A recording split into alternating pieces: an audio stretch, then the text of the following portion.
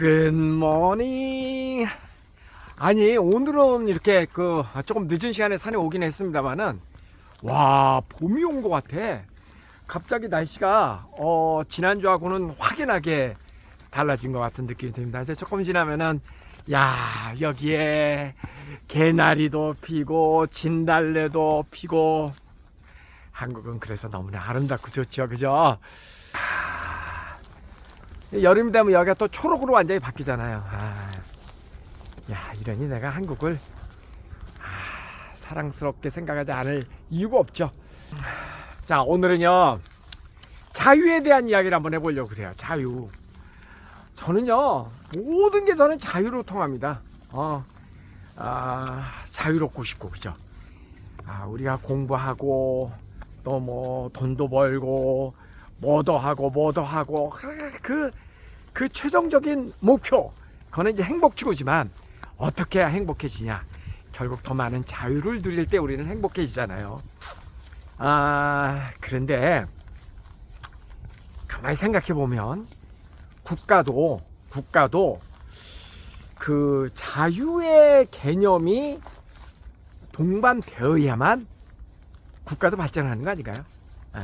중국이 옛날에 우리는 중공 그랬잖아요, 그죠? 중국 공산당 막 억압받고 그때 지지리도 못 살았죠. 근데 중국이 이렇게 갑작스럽게 도약을 하게 된 가장 큰 원인은 정치적으로는 아직도 뭐 많은 자유가 없지만 그래도 경제적으로는 시장 경제를 받아들이면서부터 상당히 정치와는 별도로 이 경제 쪽에서는 민주화를 이룬 그런 나라잖아요. 그러니까 개인이 소유할 수 있는 그 범위를 좀 넓게 해주고 사유재산을 인정하고 그러면서 비약적인 발전을 한 거 아닙니까? 근데 저는 그런 면에서는 절대 중국이 앞으로도 미국을 쫓아갈 수는 없다. 왜냐하면 참 이제 미국이나 이런 어떤 그 자유로운 나라에서 살다 보면은 참 뭐 공부도 그렇고 사는 것도 그렇고 개인의 자유를 무한대로 허용을 하거든요. 단 여기서 조건이 있죠. 타인에게 방해가 되지 않는 범위 내에서. 요거는 이제 전제가 붙지만은 어쨌든 뭔가가 좀 자유롭게, 규제보다는 상당히 많은 자유를 허용하고 있잖아요. 그런 나라들에서는. 근데 이제 중국은 아무래도 이제 한계가 있고, 그 밖에 이제 동남아권에서도 뭐 캄보디아, 라오스, 기타 등등 이런 사회주의 국가들은 자유로운 국가들보다는 아무래도 그 구속과 규제가 많죠. 뭐 미얀마도 그렇고. 그러니까 이런 나라는 발전할 수가 없는 겁니다.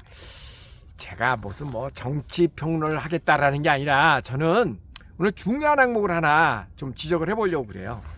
교육이라고 하는 입장에서 우리 아이들이 크게 성장을 하려면은 여기에 반드시 이 아이들에게 자율권이 보장이 되어야지 됩니다.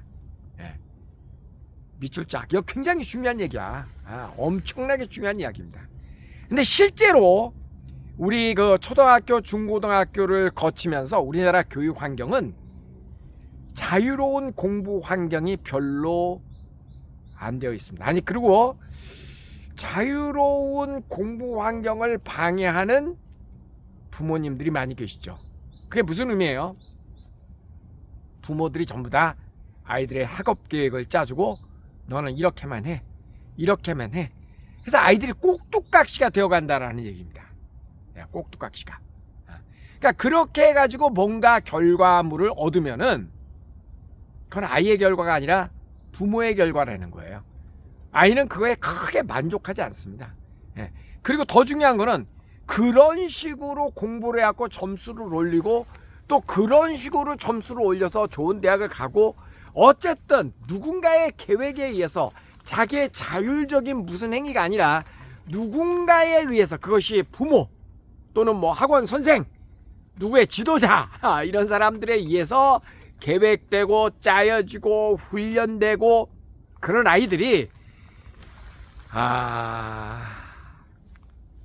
짧게 보면은, 가깝게 보면은 급속도로 발전할 수 있지만 멀리 보면은 그렇게 가지고 큰 성과를 내기는 불가능하다. 더더군다나 비록 눈에 보이는 성과가 조금 있을지 몰라도 가장 중요한 마음속의 성과는 없다. 무슨 얘기냐면 좀 쉬운 예를 들어볼까요? 우리 어렸을 때부터 공부를 막 학원 보내고 뭐하고 그래가지고 점수 팍 따게 해가지고 그러니까 좋은 대학도 가고 의대도 가고 또 막 공부시켜고 뭐 했다. 그래서 의사도 되고 남들이 볼 땐 부럽고 존경하고 뭐 그렇지만 그것이 본인의 의사하고 관계없는 행위일 때는 그 당사자의 행복지수는 엄청나게 떨어진다는 겁니다. 이게 정말 중요한 거예요. 정말 중요한 겁니다. 저도 늘 반성하는데 부모로서 자식들에게 최대한 자율권을 보장하고 그리고 더 중요한 거는 아이들이요. 자유가 주어졌을 때 그 자유를 자기 스스로가 컨트롤할 수 있는 능력을 어렸을 때부터 배워보지 못한 아이들은 나이가 들어서 자유를 주어졌을 때 그 자유를 스스로 통제하지 못합니다. 그래서 어른들도 나이가 들어도 지배받기를 원하는 그냥 뭐 용돈 타서 쓰고 뭐하고 그런 어른들 있잖아.